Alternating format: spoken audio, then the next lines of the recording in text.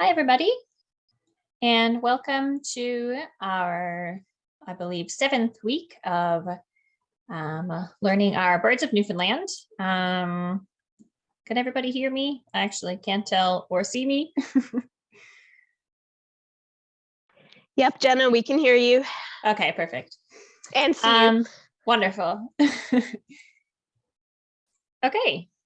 So I just wanted to mention quickly for anyone who was at last week's session, we haven't had a chance to send out that follow-up email yet, so you haven't missed it. It will be coming out still this week sometime soon. So just so you know. And so this week we're going to be talking about sparrows, finches, and grosbeaks.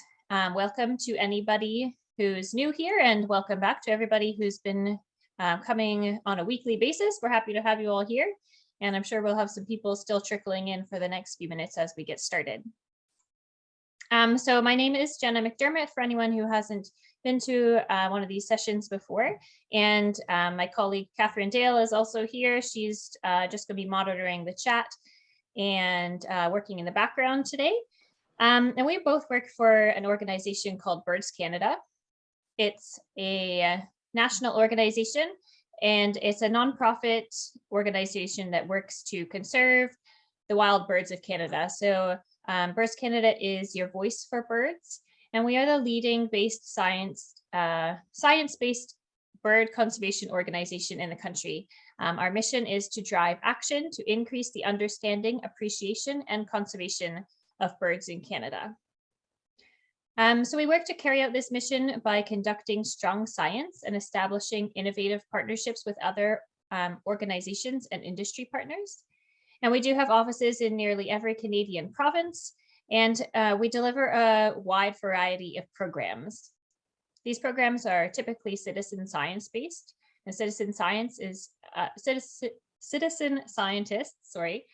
are people just like you who volunteer to be involved in a program.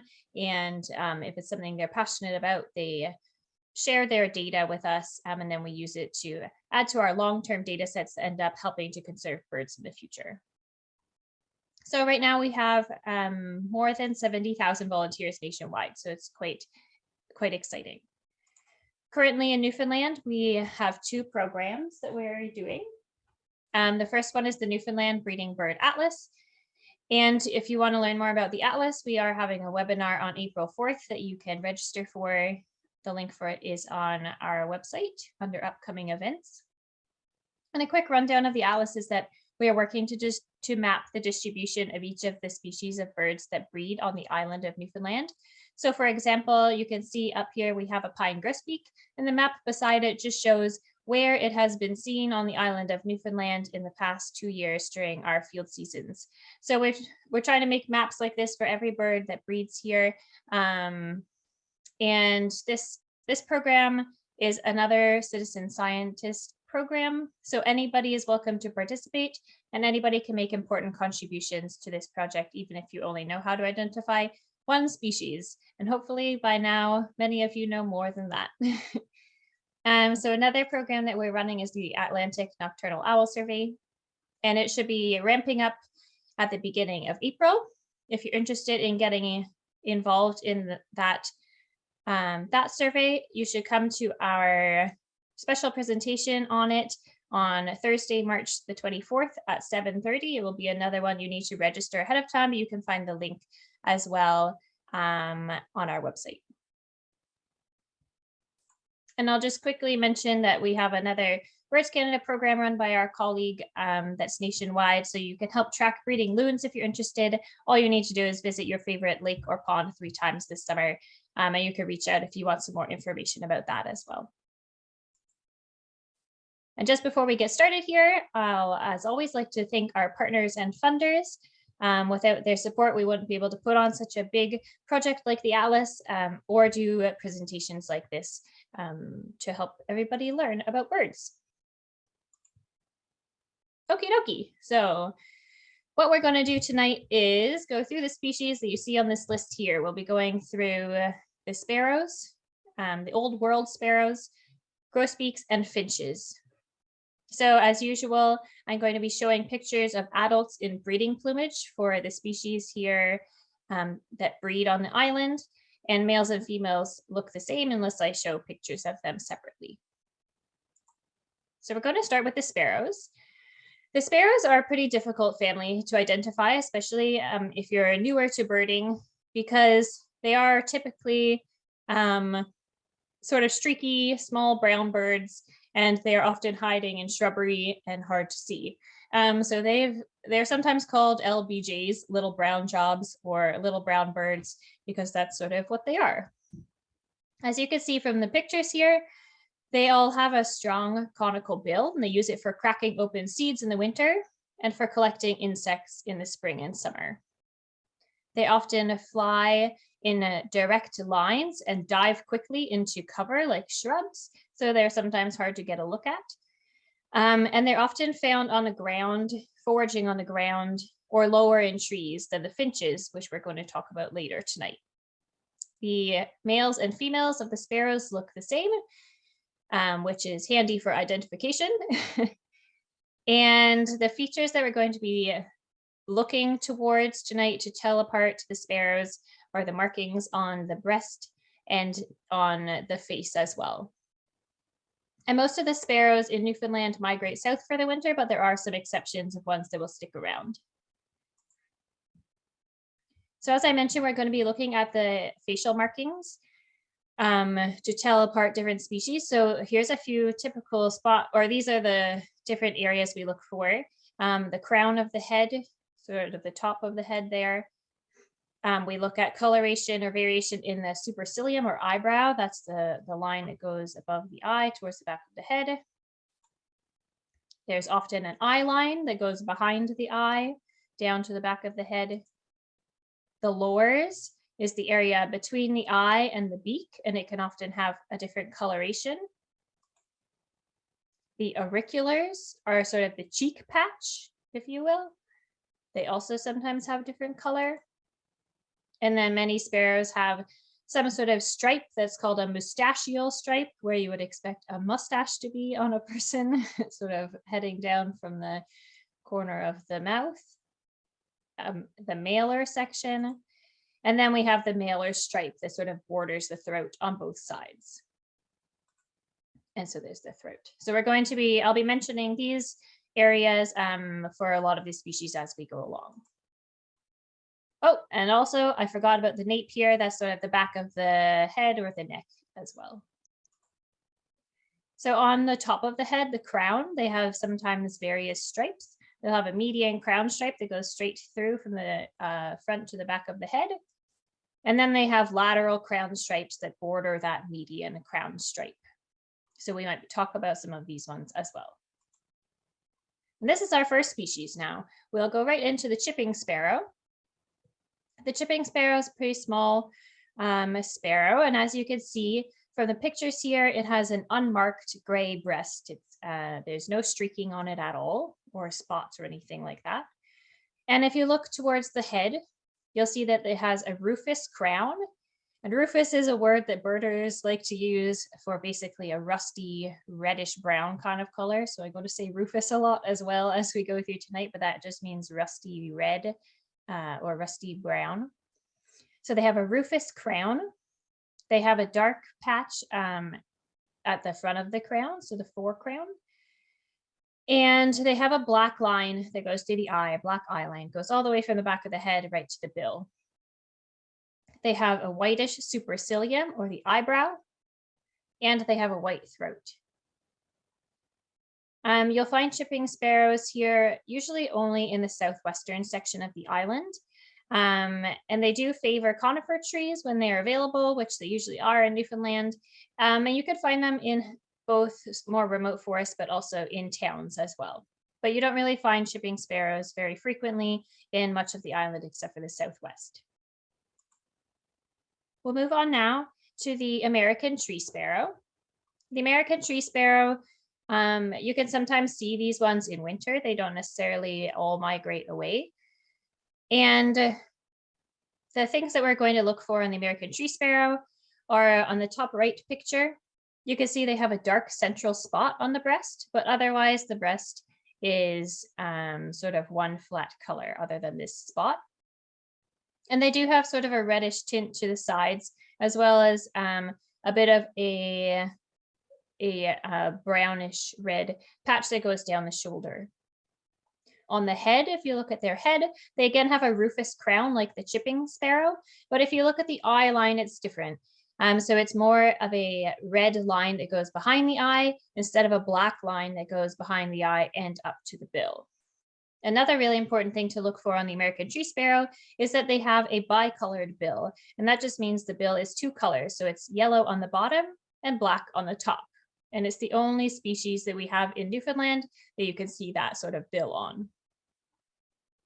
If you look at the wings of this bird, you can see they have bright white wing bars on it, and those are pretty visible.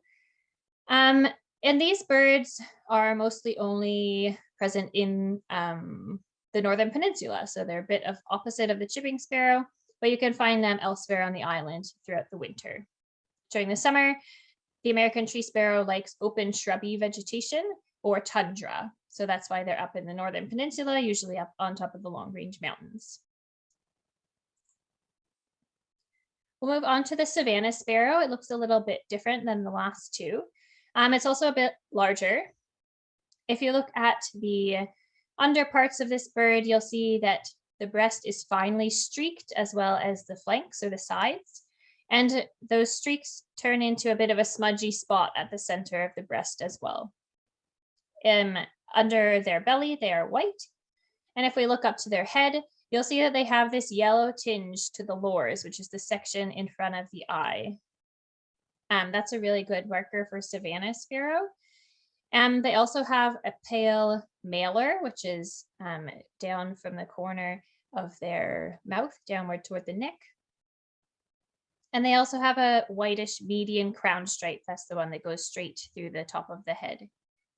Their bill color is pink with dark edging. And so Savannah sparrows are not going to be found in forests. They're actually found in open habitat like grassy areas with small shrubs or bogs, and they're found throughout Newfoundland.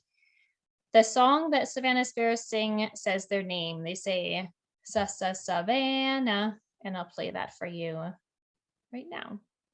It might be hard to hear, I'm not sure.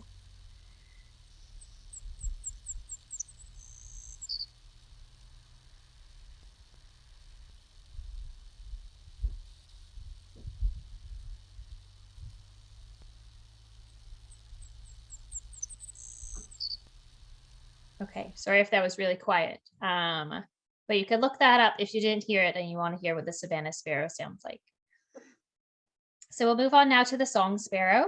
The song sparrow is another sort of medium-sized sparrow. If you look at the underparts of this bird, you'll see that it has coarse streaks on the breast and the sides. And again, a dark smudge in the center of the breast, this dark spot in the center. If we look to their head, we see that they don't have any yellow on them, which is important to note. And the head pattern has a dark eye line that goes behind the eye, a dark mustachial stripe where the mustache would be, and also a heavy dark malar stripe that borders the white throat. And that malar stripe is really quite dark and sort of triangular. So that's a good mark to look at for song sparrow. The bill color is gray, and generally this bird is marked with rich brown and rufous sort of all over the back. Song sparrows are typically found in shrubs near ponds, streams, and coastal areas, and they're somewhat more common in the south of the island and not quite as common in the north of Newfoundland. Here we have the Lincoln sparrow. The Lincoln sparrow is a cute little sparrow. If we look at the underparts of this bird, you'll see it has a plain white belly with no streaking on the actual belly. But then around that on the breast and sides, it's sort of a buffy kind of color, like a light brown. And on that buffy section, it has really fine, crisp streaking. So they're not like big blotches or messy streaks. They're really fine, crisp streaks. And they also have very crisp streaks on the back as well. On their head, They have less prominent eye line, sort of generally less prominent lines on the face than the song sparrow did in general. And they have a broad gray eyebrow. They also have rufous head stripes and a bit of a buffy eye ring, so a little bit of pale color around the eye. Lincoln sparrows are also found in open areas like bogs and areas with thick shrubs. And they are found across the island, except for they're not really found very much on the Avalon, except for during migration. So they're mostly found elsewhere on the island. We'll move on now to the swamp sparrow. The swamp sparrow, as you may expect from its name, is associated with wet areas, brushy wetlands that's found all across Newfoundland. And what we're looking for on this bird is, again, if you look to the underparts, it's a clean gray breast. In the winter, the swamp sparrow will get a little bit of smudgy lines on the breast, but in the summer during breeding season, it's very clean and gray. And it has a bit of brownish color on the sides. If you look to its head, you'll see it has a very distinct rufous crown that has some dark bordering it. And they also have a white throat, but it sort of melds into the color of the breast. And their back and tail is quite a reddish sort of brown color, so it's quite vibrant. Otherwise, their head is gray. Their face is gray, and the nape of their neck is also gray.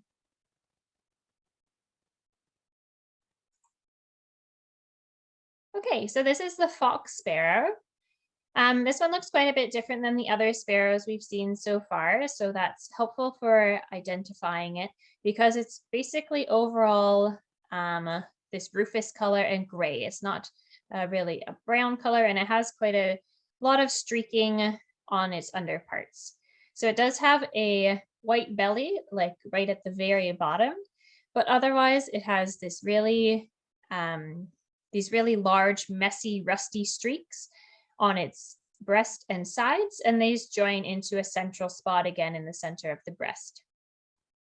If we look to its head, we'll see that it has rusty cheeks and it has a gray nape on the back of the neck and a large gray eyebrow. So it's, as I said, its tail and wings are this bright rufous color. And the fox sparrow is also quite a large sparrow. It's like very stocky, just if you see it. Fox sparrows typically like regenerating forests with some bare ground for foraging. So they'll stand on the ground and kick around in the leaves to uncover insects to eat. And they're often in areas near bogs with low scrubby forest as well. They're found all throughout Newfoundland. This is the white-crowned sparrow. The white-crowned sparrow is pretty distinct looking. It's mostly only found in the tip of the Northern Peninsula in the summer here, because they like to nest in open areas with stunted trees or even near the tree line. And so when we look at this bird, we're going to see on its underparts again, they're plain gray. And if we look to their head, we are seeing very distinct black and white crown stripes and a broad white eyebrow. There's no other color on this bird other than black, white, gray, and a bit of brown on the back and the wings. And it does have these two white wing bars. So I'll just note again that just behind the bill, between the eye and the bill on the lores, it doesn't have any yellow, but it does have black and white crown stripes. And just remember that as we go to the next bird, which is the white-throated sparrow. And so you can see that this bird does have this bright yellow patch on the lores behind the bill. And this is a large, stocky sparrow.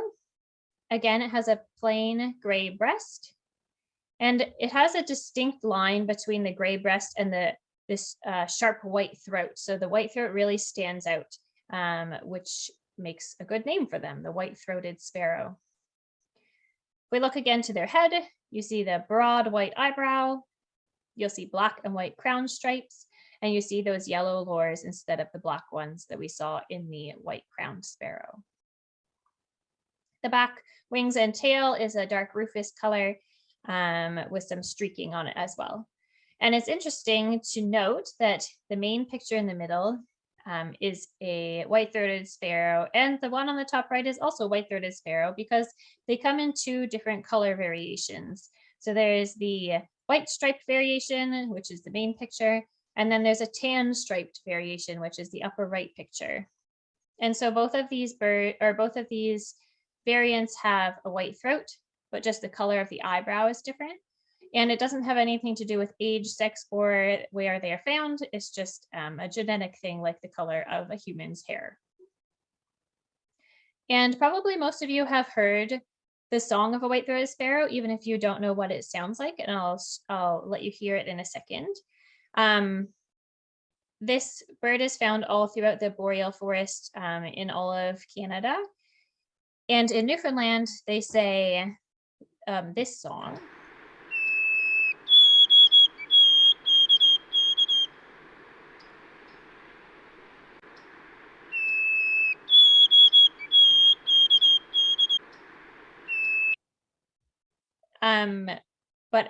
So people say the mnemonic for it, or the human words for it, are "Oh, sweet Canada, Canada, Canada."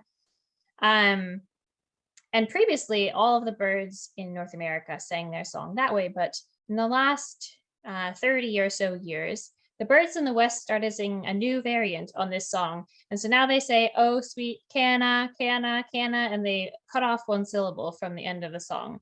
And this variant has been moving east with time. And so 20 years after it was noticed in British Columbia, it was noticed in Ontario. And so it's likely moving east toward Newfoundland, even as we speak. So right now we hear the song that I showed you before, but one day we might be hearing the other version here. We'll have to see what happens. Oh. There it is again. Okay, we'll move on to the dark-eyed junco. This bird sticks around in the winter, so if you have feeders up, you probably have seen it around, and you can see it hanging around in the winter as well as the summer. The male and female look a tiny bit different. So the male is the main picture here. He is a sort of dark slate gray color all over his back and sides, with a clean white belly. Whereas the female is in the top right corner here, and she's mostly the same, except for there's a little bit more brown in her feathers rather than straight gray. So it's a bit of a tricky thing to look for, but it does exist. Both the males and females do have this little pink bill, and they both have white outer tail feathers. And you can see those, especially if you see them flying around, because they'll fan their tail feathers out, and you'll be able to see the white on the edges. There are 6 subspecies of dark-eyed juncos that are across North America, and they all differ in their plumage, so they look different. But the ones in Newfoundland are all called the slate-colored junco, and you can see that it makes sense because of their gray color. Juncos live in coniferous forests, and they're found all across the island, as well as in towns. And as I mentioned, they're likely to come to a feeder in winter as well. Okay, so this is our last sparrow, and it's actually not really related to the previous sparrows that I've showed you, because this is an old world sparrow. It was introduced from Europe in 1850 to New York, and it has since become widely found across North America and the entire world, and it's very successful.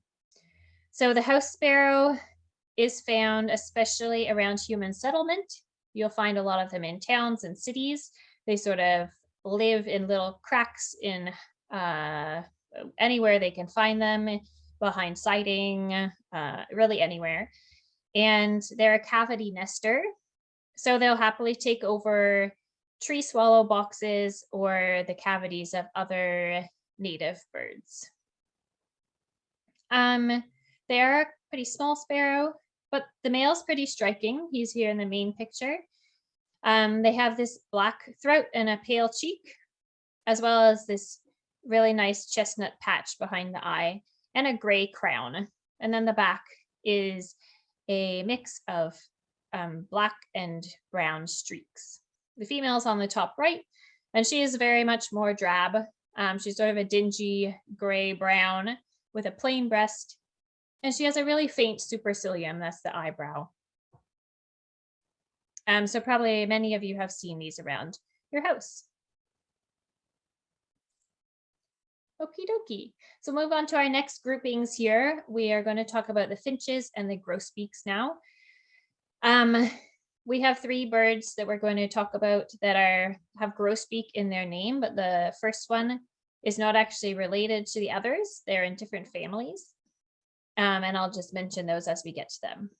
So for the finches, which are all the birds on the right here, we are going to pay special attention to their bills. So they do all have conical sparrow-like bills, but they range very much in size from quite large, heavy bills to very skinny, thin, pointed bills. So that's going to be a good marker to look at while we're going through. Pay attention to those. Finches, when they're flying, rather than flying straight in one direction, they're going to be sort of bobbing up and down as they fly in an undulating flight. So basically, they're going straight up, flapping their wings really rapidly, cresting the top, and then going back down by folding their wings together and sort of floating down until they flap, flap, flap again and go up in the air. So they're going on this flight, on this undulating flight. The males and females of the finches do look different from each other. And as we've seen in previous weeks, the males are definitely more colorful and the females are quite a bit duller. And finches are often found high up in trees, whereas the sparrows we were just looking at are usually on the ground foraging. The finches are up at the tops of the trees. These birds also will stick around in the winter here, and they join feeding flocks and they sort of move around the island to where they can find food, and that often includes backyard feeders. So the first bird we're talking about is the rose-breasted grosbeak, and this one is the one bird that I said is not really related to the others, even though it's also called a grosbeak. And it's actually, as far as I know, there's no known breeding records of the rose-breasted grosbeak on the island, but every spring we do have cases of males and females coming to the island here and seeming to set up territory. So it may just be a matter of time until we find some breeding. So I'm just going to go through them here anyway. The rose-breasted grosbeak likes to be in deciduous forests, so it's not found throughout sort of the remote areas of the province, but it'll be found more in the southwest or in towns where there's more deciduous trees. They are a pretty large bird. They're a bit smaller than a robin, and they have, as you can see, this really thick pink bill. The male, who is the main picture here, has a striking plumage coloration. So he's got a black head and throat, and he's got a clean white belly and a white rump, and the tail and wings are also black with these white markings on the wings. If you look at the top right picture, that's the male from the front, and you see that he has this really vibrant red sort of triangle on the breast where he gets his name, the rose-breasted grosbeak. The females on the bottom right there.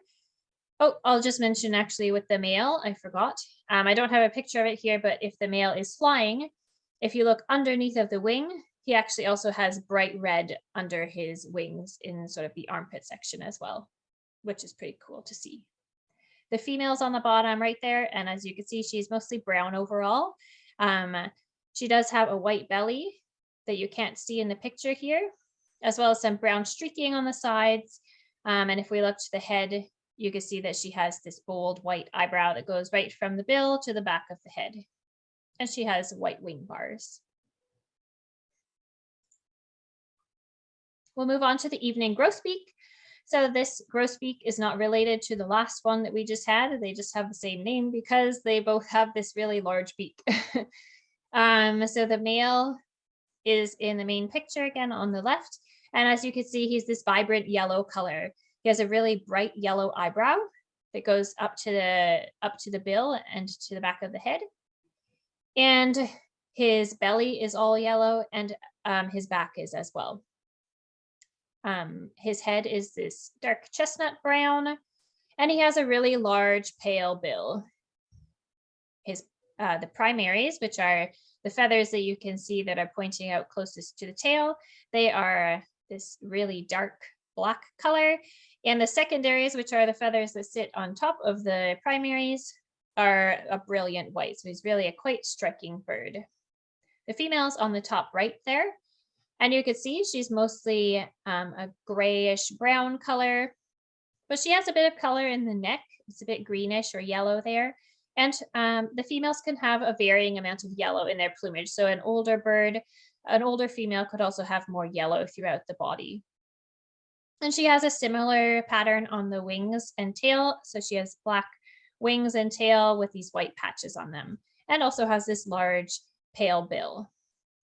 Evening grosbeaks are found mostly in the south of the island during breeding season, but they all range around in the winter a little bit more as well. This is the American goldfinch, and they may be familiar to folks, and some people call them canaries because of this bright yellow color, and they are quite a small little bird, about the size of what you would think of a canary as. The American goldfinch is one that has a really prominent undulating flight, like what I was saying. So if they're flying overhead, they'll really be bouncing up and down as they go. And they're actually quite a late breeder. They only start breeding in the end of July or into August, and that's usually when most of the other songbirds here are already wrapping up and their chicks have already fledged. So these birds are found in deciduous trees and younger forests, so you often see them in towns, and they're also mostly in the south of the island here. So the male's in the main picture on the left, and he's this bright, vibrant yellow with black on the forehead, black wings, and a black tail, along with an orange bill and white wing bars. The female is on the top right, and she's, again, a bit duller. She's a dusky brown or yellowish color on the body, but she has this orange bill, it's the same color, and she has the same wings as the male, black wings and a black tail with white wing bars on her wings.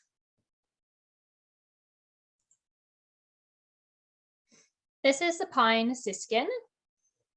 If you look at the bill of this one especially, you'll see that it's really sharp and slender. It's really the smallest or sharpest bill of any of the birds we're looking at today, so it's a really good marker for the pine siskin.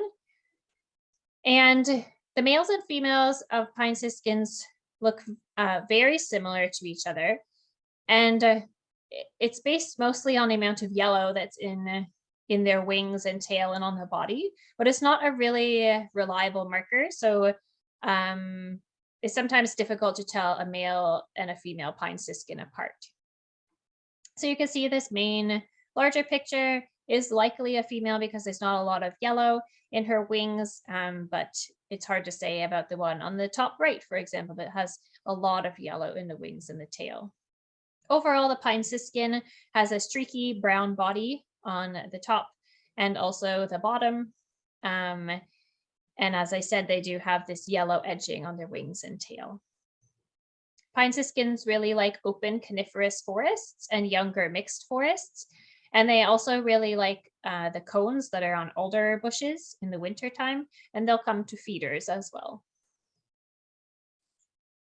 This is, I think, a really interesting picture of pine siskins at a feeder, but I wanted to show you, if you look at the one on the bottom right, that when they're flying, you can actually see a bright yellow wing stripe that goes straight through the wing, and also this yellow patches on the tail. So you can see those from under the bird and as well as above the bird if you see one flying. This is the common redpoll. They're often commonly seen in the winter as well. I think some of you in the chat maybe said you saw one just the other day. They are sort of really fluffy kind of round ball of a bird. And you can see the main point on them is this red forehead. And it goes with their name as well, the redpoll. The poll is part of the head. So the male is on the left and the female is on the right, and they both have this red forehead. The male and female do look very similar to each other. If you look carefully, the picture on the left, which is the male, has some red wash on his breast, and the female has none. She has just a pale breast and belly. Both of them have a stubby yellow bill, and they're streaky brown on the back. Common wren poles like to live in coniferous and mixed forests across the island, but they're more common in more northern sections of Newfoundland.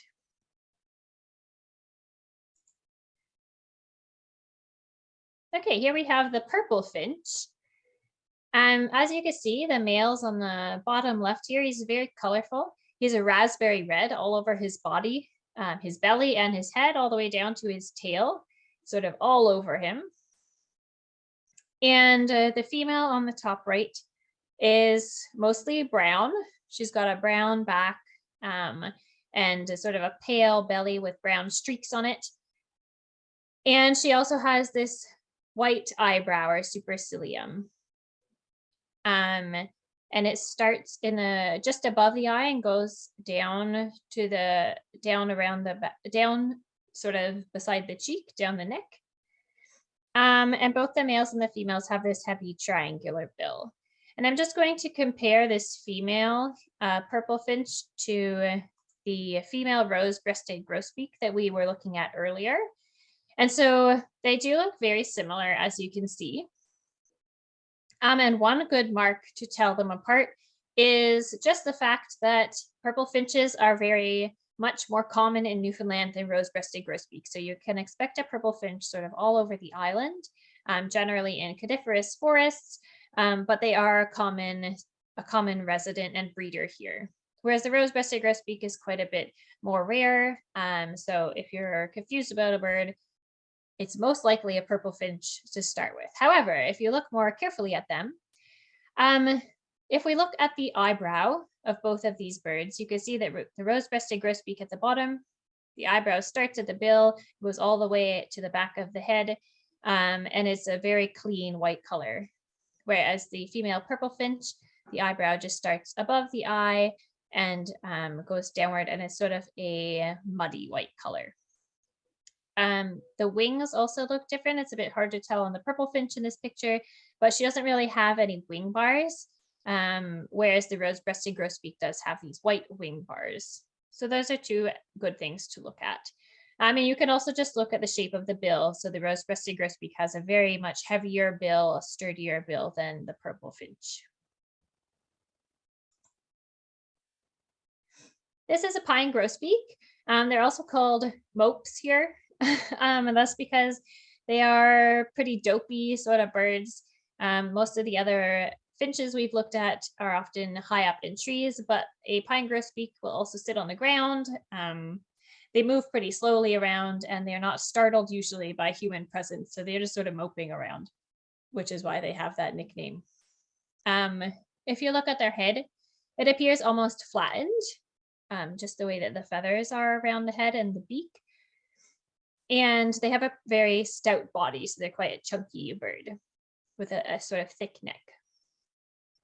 The male is on the bottom here, the bottom picture. He is a pinkish red color all over the body and down to the rump as well. And he can have some gray feathers mixed in there with the pinkish red. Both the males and females have a short, heavy curved bill, so it's a bit tricky to see because they both have food in their mouths, but the bill curves a little bit down at the tip. And both the males and the females have a white wing bar on black wings. The female, instead of being pinkish red, is mostly gray with sort of a greenish yellow color on the top of her head and also on the rump. But there can be varying amounts of yellow in the female as well. So sometimes they can look mostly greenish yellow with only a little bit of gray in them. They prefer to breed in open black spruce forests by bogs and wetlands, or in tuckamore. And you can also see pine grosbeaks in town and in more remote places. Okay, we just have two more species to go through today. So this is our second last one, the white-winged crossbill. And the marks to look for I've written over on the right here instead of on the pictures. But for the crossbills, a very important marker for them is looking at their bill and seeing that it is crossed. So the bottom mandible and the top mandible, the two sections, are not flat together. They actually cross each other at the tip. And they have this as a specialization for how they feed, because they're dependent on conifer cones. So they eat the seeds out of coniferous tree cones. And what they do is they insert their bill while it's partially open into the crack in a cone, and then they close the base of the bill, which means that the tips go apart and they can put their tongue in and take out a seed. So it's really cool to watch them while they're feeding. So they do like, of course, to be in coniferous forests because they are dependent on conifer cones for food. And they travel around in flocks and feed on these seeds. Yes, we are looking at the crossed bill for them. And since their name says they're white-winged crossbills, we're also looking for this white patch or these white wing bars on both the male and the female. So the male's on the bottom there. He is a pinkish red color with black wings and tail. And the female is on the top right, and she is a bit of a greenish yellow color with black wings and tail as well. And you'll also note that on the male, especially you can see, but as well a little on the female, they have this sort of crescent on the back of the cheek there, this dark crescent. So we'll just move on to the red crossbill. And so again, we're looking for this specialized beak structure. So the beak is crossed, the top and the bottom section are crossed from each other. And so they're feeding in the same way as the white-winged crossbills are. And they also like to live in mature coniferous forests because they are feeding on those conifer seeds. We have, again, the male on the left here, or the bottom, and he has a red body, and he could also have feathers that are interspersed that are sort of green or yellow. And younger ones also have quite a bit of yellow in them instead of just red. The males and females both have brown wings, and you'll notice that they don't have any white on them. So that's the main marker between a red crossbill and a white-winged crossbill, is that red crossbills do not have any white in their wing. The female is up on the top there, and you can see she's a bit duller. She is a greenish brown color. And again, the amount of greenish color in her feathers can change or can differ between birds. So some are more green and some are just mostly brown. And she also has brown wings. And a really interesting thing about both of these species of crossbills is that they're not only breeding in the summer months like the rest of the songbirds here, they can actually breed most of the year round, even in the winter. So they are dependent on these cone crops that come from evergreen trees. And the way that evergreen trees put out their seeds is sort of on a yearly basis. They put out a different amount. So they go through certain years that are called masting years, and that's when they put out a lot of seeds all at the same time. So that's when you'll notice that conifer trees have a bunch of cones on them. And so in masting years, when all of these cones are available, so all this food is available for these crossbills, the crossbills will breed sort of at any time of the year when they have enough food. So you could see them breeding even in, well, now they could be breeding sort of at the end of November, really any time of year. So it's really quite interesting. Okie dokie. So that was our last bird. We have quite a bit of time, so we're going to go through our famous skill testing questions. Again, this is always just for fun, but do your best. And so this is our first bird here. And which species do you think this is? There should be a poll up, and I think there's people coming in, so should be working.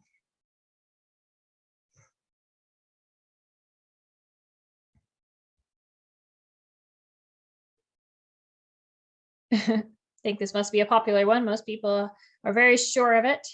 Just wait for a couple of seconds.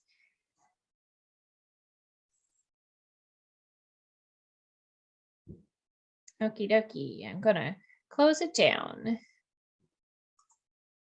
And we'll share the results here. And nearly everybody said an American goldfinch, and that is indeed the correct answer. Well done. I tried to trick you a little bit with the evening grosbeak here because, as I assume these folks that guessed the evening grosbeak remembered, it is also bright yellow, the male is at least. But it's got a very large bill compared to the American goldfinch.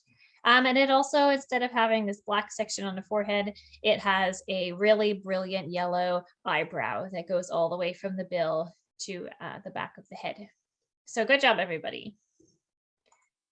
Let's try our next one. Oh, I guess I should put up the species, shouldn't I? Here we go. Also, just a reminder that if the poll option is popping up in front of the species picture, you should be able to drag it around on your screen or minimize the poll window and then bring it back up if you need to look at the bird. So this one is a little bit trickier, maybe.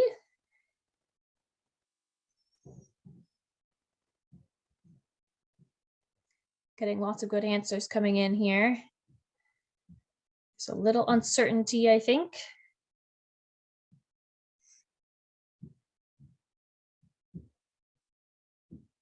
Okay, I'm just going to leave it a few more seconds and close it down. And I'll end it now. Okay, so this was an overwhelming majority said a red crossbill, and that is correct. So well done, everybody. I assume that you all picked up on its crossed bill here. You could see it really well. The tips of the bill are not flush with each other. They're crossed over. So that makes it either a red crossbill or a white-winged crossbill. And we can see on the wing there, there's no white at all, which makes it a red crossbill. And this is a female, so that's why it's not the red color that you would expect from the name, but rather this one is pretty much totally brown. Okay, good job, everybody. Let's go on to our next one. This may be familiar to folks.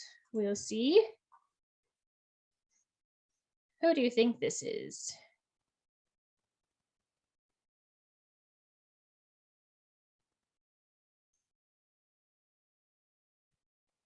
All right, there's answers coming in fast and furious here.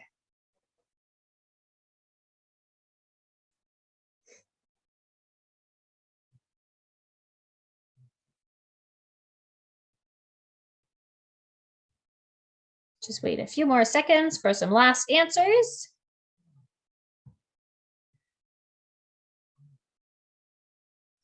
And there's still more coming in. Okay, I'm going to close it. So this is, everybody said, most people said white-throated sparrow. And yes, you are right. This is a white-throated sparrow. Well done. The white crowned sparrow, some people answered that one. And those two are a little bit tricky at a first glance because they both have these white and black stripes on the head. However, the white crowned sparrow doesn't have this really vibrant yellow behind the beak. And also it doesn't have this very distinct change between the white throat and the breast color. It sort of merges into the gray of the breast sort of slowly. The Savannah sparrow, it does have that yellow behind the beak. So that's also another tricky one there. But the Savannah sparrow doesn't have, again, that bright white on the throat that's different from, or with that line that differentiates it from the breast. And it also has more brown streaking on its sides and belly. Okay, good job, everybody. So far, so good. We'll go on to our fourth one here. Jenna, And Jenna, can you wait just a minute and leave that up for a second? People are having trouble moving the poll window. Oh. So just give people a chance to get a good look at it. Not that one, the next one. Yes. Okay, sure. Yeah, so here's our next one. I'll just start this in a second. Okay. What do we think this one is?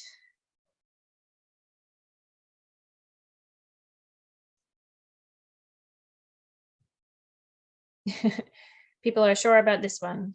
This is very good. Well done, everybody.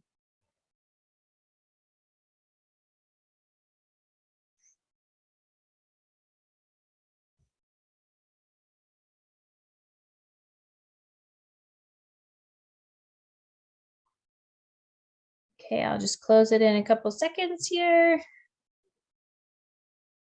And closing it now. So 96% of people are correct. This is a dark-eyed junco. Well done. You can tell because it's this very solid gray color on the back with a pale belly. And you could also notice those white edges on the tail that we mentioned earlier. And those are pretty good cues for the dark-eyed junco. The pine siskin, which some people guessed is brown and streaky all over rather than this gray color. And the American goldfinch, the male is a bright yellow, whereas the female is a bit of a duller brown, but none of them are this gray color. So good job, everybody. We move on to our fifth bird here, and I'll give you a second to take a peek at it.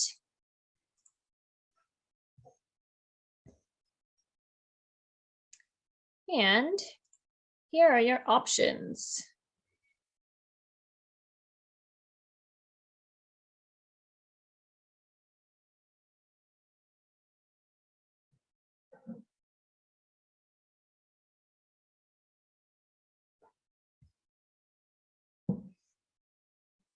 Okay, doing good here. Lots of people answering.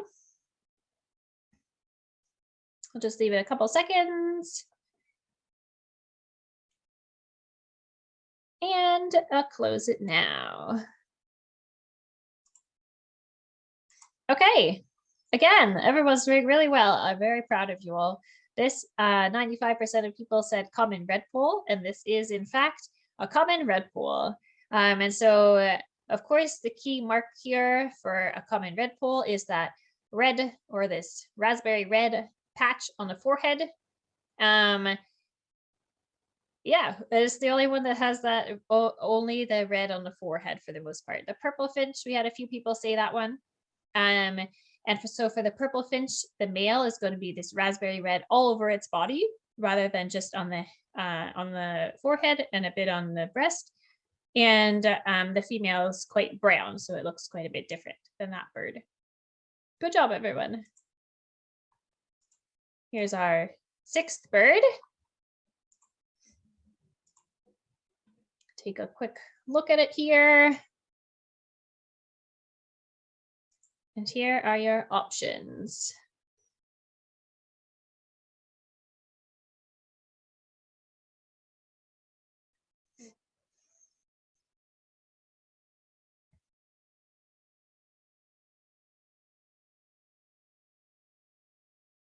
This one's a little bit of a trickier one. We don't see it quite so often, probably.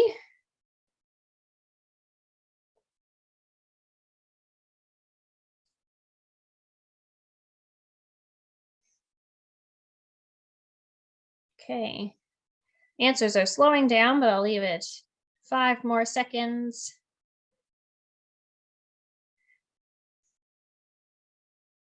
Okie dokie. Here's what we got. So 61% of people said American tree sparrow, and that is correct. Well done. This one is tricky because we don't see it around very often. It's a little bit more of a rare species here. And so the key marks for the American tree sparrow are this bicolored bill, where it's this sort of bright yellow on the bottom and black on the top, as well as this very distinct dark spot on the breast, and the mark behind the eye, or the eye line, is this sort of rusty red that goes behind the eye and nothing towards the bill. So the chipping sparrow would have an eye line that's black and goes through the eye to the base of the bill, and it wouldn't have any black spot on the breast. Also wouldn't have the bicolor bill. None of these other options would. The house sparrow would have sort of black all from its beak down its chest. And the swamp sparrow does have a rusty cap like this, but it also doesn't have a black spot on its breast or this bicolored bill, and it's quite a bit more streaky as well. So good job, everybody. Let's try our next one. We have 10, so there's only a few more left. Here's our next one. And here are your options. What species is this?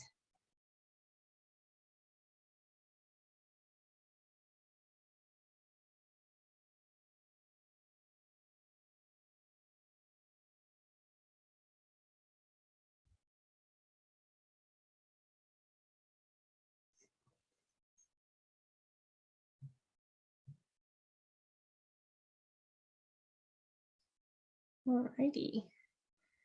Our responses are slowing down, but we'll give it a few more seconds.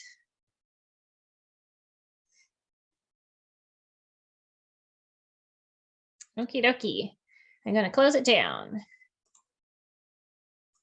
Here's our results, and we have 93% of people said it was an evening grosbeak, and you are all correct. I'm very proud of you all tonight. The evening grosbeak, this is the male. So they have this really big, heavy beak. It's kind of this pinkish color, and that really bright yellow eyebrow that goes from the beak to the back of the head. And the male is yellow all over, and there's brilliant white wing tops of the wings and black underneath. For the pine grosbeak, the male is actually mostly red, but the female is this yellowish green, but she doesn't have that really bright yellow on the top of the head. And the beak is a little bit not quite so pink as that. The white-winged crossbill, nobody answered that one, so that's good. And American goldfinch is also quite yellow, but it's got a very much smaller bill than that. And it has yellow all over the body with only a black forehead and black wings. Okay, on to our next one. Number 8. Who is this bird? I'll let you look at it for a minute here. Try and look at all those marks we talked about before. Here are your options. This one's maybe trickier, but maybe not. We'll see.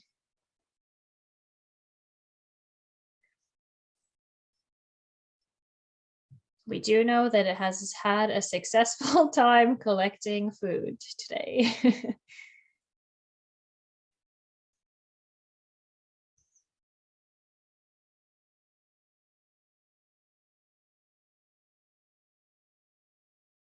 Okie dokie. Got a few less people putting their answers in. I think there's some more uncertainty maybe about this one.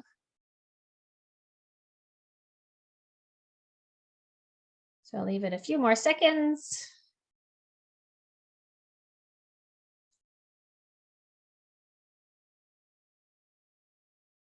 Okay, I'm going to close it now. And here's your answers. Again, we have the majority with 79% saying Savannah sparrow, and that is correct. Well done. The key for the Savannah sparrow between these options here is that yellow sort of area by the eye, which is similar. The white-throated sparrow will also have yellow by the eye, but this bird here doesn't have that really distinct white throat that you would see on the white-throated sparrow. Instead, it has sort of a streaky darkness on the throat and sides as well. The song sparrow, it looks quite similar to this bird, I have to say, but it won't have the yellow on the face.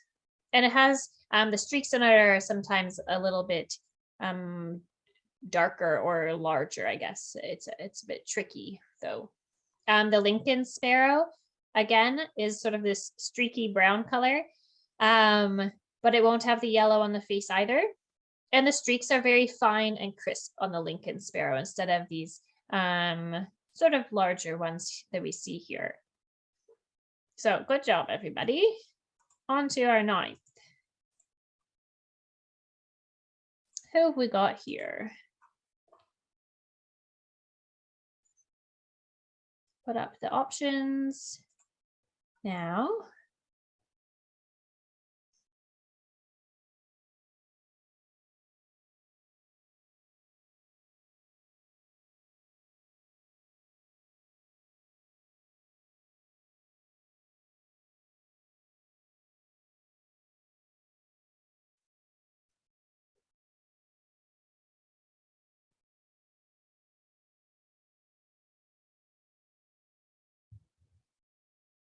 This is a tricky one.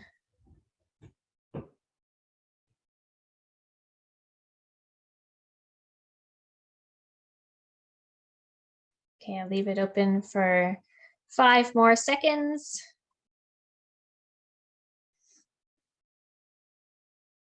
Okay, here we go. Let's see what we got here. So we have most people saying swamp sparrow, but also quite a bit of thoughts about chipping sparrow here, but this is in fact a swamp sparrow. So well done to those 49%. In comparison, a chipping sparrow would have no brown sort of sections on the side of it, like we see on this swamp sparrow here. It's sort of this very pale gray breast instead of the color that we see on this bird. We have a few people saying white-throated sparrow, and you do see a bit of a white throat on this bird, but remember on the white-throated sparrow, they have that really bright yellow behind the bill. And also they have a very distinct change between the color of the throat and the color of the breast. And they also have black and white stripes on their head, which is an important mark for them. The American tree sparrow, we have a few people that answered that, and it would have had a bicolored bill, so yellow on the bottom and black on the top, and also would have had white wing bars as well, and a dark spot in the center of the breast. So this is a swamp sparrow with this rufous cap and a line just behind the eye, otherwise mostly gray and brown. Okie dokie, we'll move on to our final one here. Take a peek at this one for a second. And here are your options. We won't leave this one open for too long.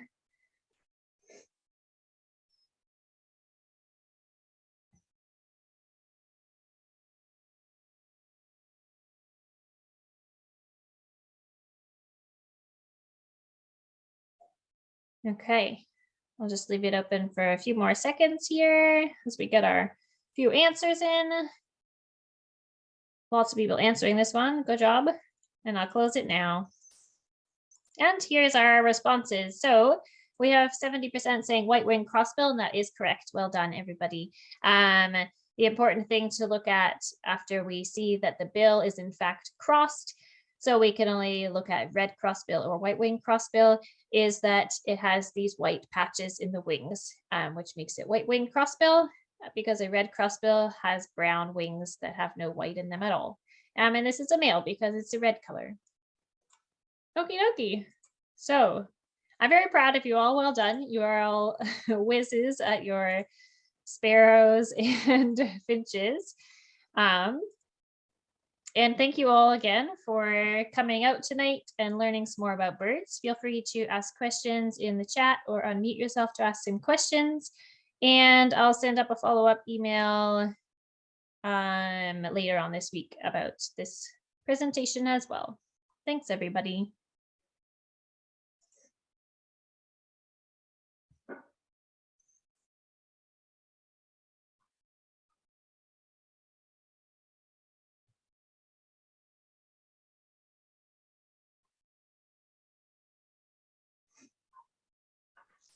Lots of thanks in the chat, Jenna, but I'm not seeing any questions, so I guess you covered it all.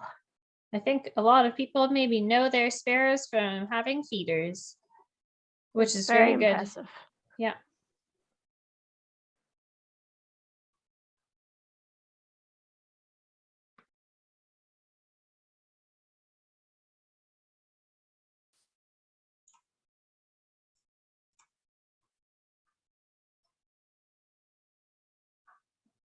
Okay.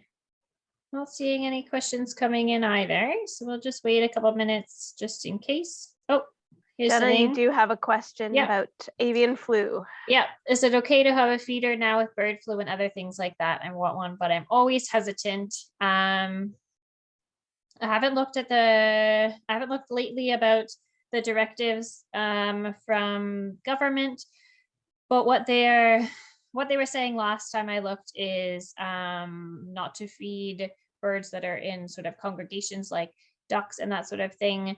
I think having a backyard feeder is probably okay, as long as you're making sure that you are cleaning it on a pretty regular basis, like every other week or so. Yeah, so just make sure everything's kept clean, and you should be okay. Somebody says they saw their first chirping sparrow last summer in Codroy, woke them up with singing. That sounds lovely. And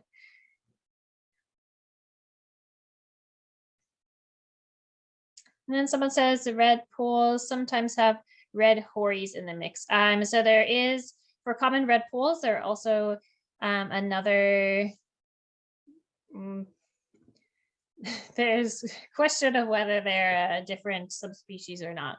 But call another bird called a hoary red pole. And yes, there can be those ones in the mix sometimes, and they look a little bit different because they're generally a paler color. And then someone's asking about a particular type of feeder that would be best. I don't know that much about feeders, to be honest, but I think anything's probably fine as long as you're getting sort of a good bird food mix. And a lot of birds are really particularly fond of black sunflower seed or black oil sunflower seed, and they're the sunflower seeds that are covered in a black shell instead of that like brownish one that people eat. So I think most birds are pretty happy with that. Oh, and good. Meg Boucher is answering in the chat. Depends what type of birds you want to attract. Black oil sunflower seeds generally good option. Suet feeder and multiple hole feeder that's easy to clean is good options. Yeah. So you could put up suet, and woodpeckers and other nuthatches and chickadees and stuff will come to suet feeders as well. And then somebody asks, are goldfinches tiny now? Goldfinches are quite small, but they're the same size year round. So right now they're not any smaller than they would be in the summer, but they are a pretty small bird. If you think of what you may imagine a canary as, they're around that size.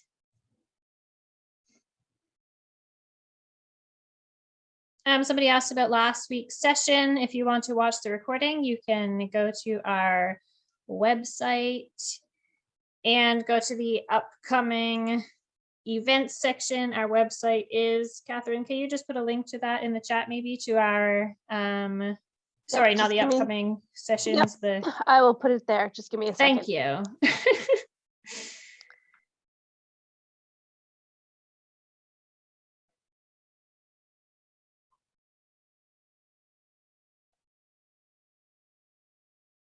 Okay, looks like our questions have slowed down here as well. So thanks everybody again, whoever's left here for coming tonight, and hopefully we'll see you all next week again.